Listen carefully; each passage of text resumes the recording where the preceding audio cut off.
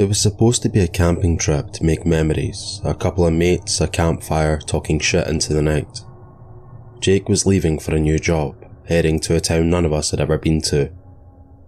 We were excited, sure, maybe a bit jealous, but we were proud of what he'd accomplished in a phone interview, to get out of this shitty small town. We packed up light, snack, food and beer.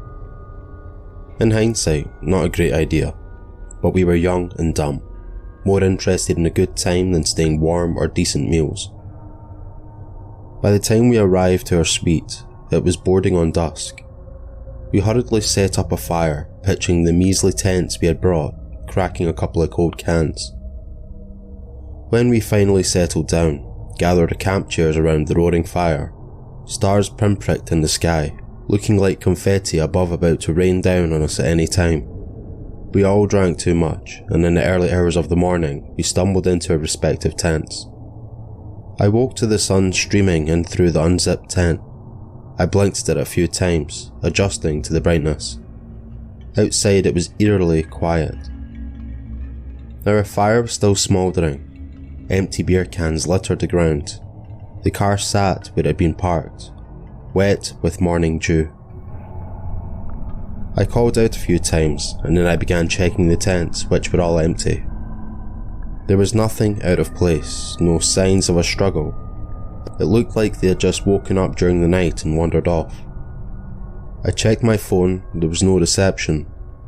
I didn't know what else to do, so I did what I could. I waited.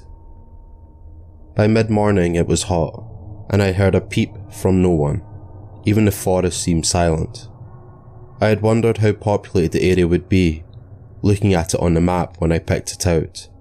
It had seemed secluded. It had seemed safe. And for me, for what I needed to get done, it had been absolutely perfect. I took one last look around the campsite, carefully putting out the smouldering fire, making sure the tents hadn't turned to ash as I made my way to the car. In my pocket, Jake's license, his apartment key. Everyone had always said how much we looked alike. Even though our lives were the total opposite, we could have been brothers. Maybe if I had been born to the right family.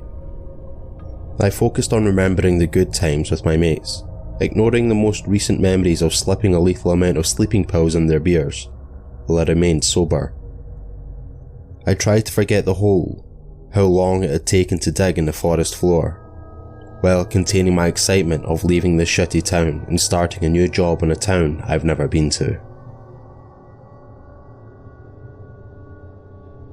I'm 19 and my sister was 20, and we went on a camping trip recently.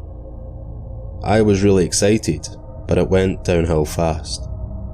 For context, my sister, let's call her V, recently broke up with her now ex-boyfriend. She was extremely depressed, so I suggested going on a camping trip.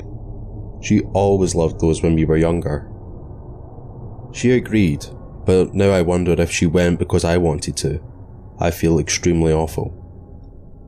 V was seemingly normal when we arrived, maybe a little less talkative, but I understood why. She barely said a word until a few hours later. She said she was tired and wanted to sleep. I laughed at her and responded, "Really? I'm usually the one who sleeps first. It's literally 4 PM. I immediately regretted saying that. Her whole facial expressions changed, and a sense of unnerving dread was burning me alive. Her calm, slight smile changed to a dead, lifeless stare. "Well, you can sleep if you want, I'll just be bored alone," I sighed. This was unlike her. The sense of dread had gone away as her little smile came back. She thanked me and immediately laid down. I left the cabin to take a walk around. I barely had any service, but I still managed to text my friend, William, and tell him about how weird V was acting. His response, which I had expected, was that she was probably tired from being stressed out. I felt the same sense of dread fill my lungs as I struggled to breathe. I heard a noise, like a croaking frog, and turned around. V was on all fours and staring up at me. What the fuck? I fell down in shock. When I showed any reaction towards her, V immediately ran away, like a deceased animal I can only describe as she was limping away. When I finally regained myself, I ran back to the cabin, only to be met with V sleeping, as if she had never left the cabin in the first place. V, what the fuck was that? When she awoke, she asked me what I was talking about. Let me look at your hands. She refused. Let me look. She slapped me. I could feel the dirt and grass on my face.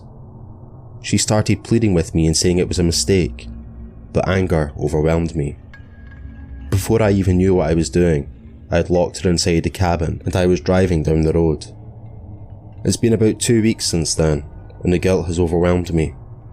So I'm asking you guys, am I the asshole? Should I go back and free her? I used to camp in the backyard with my little sister whenever our parents fought. They didn't fight much, but when they did, it was World War III and we were the refugees. I'd set up the tent while Mum and Dad shouted in the kitchen. I'd start a fire in our fire pit and the argument inside would bolster. All the while, Maggie sat on the fence and watched me set up camp.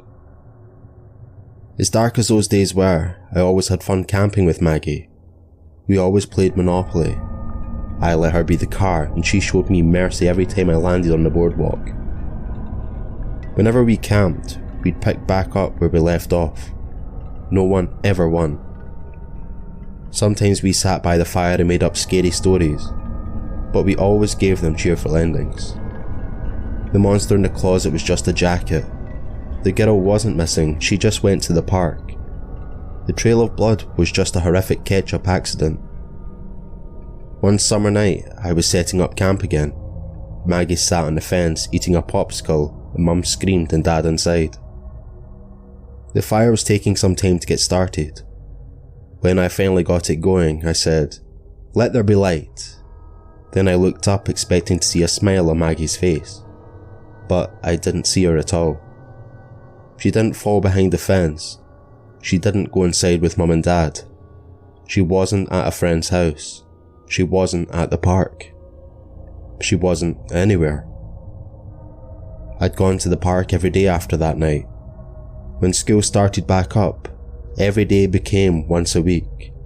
When I went off to college, once a week became once a month. It's been 10 years since Maggie disappeared, and I still wonder if the screams I heard that day weren't Mum's. Thanks for listening. If you enjoyed, I leave a comment with what your favourite story was. Also subscribe if you haven't, it would be really appreciated. And I hope you all have a good night, and I'll see you in the next one. Thank you.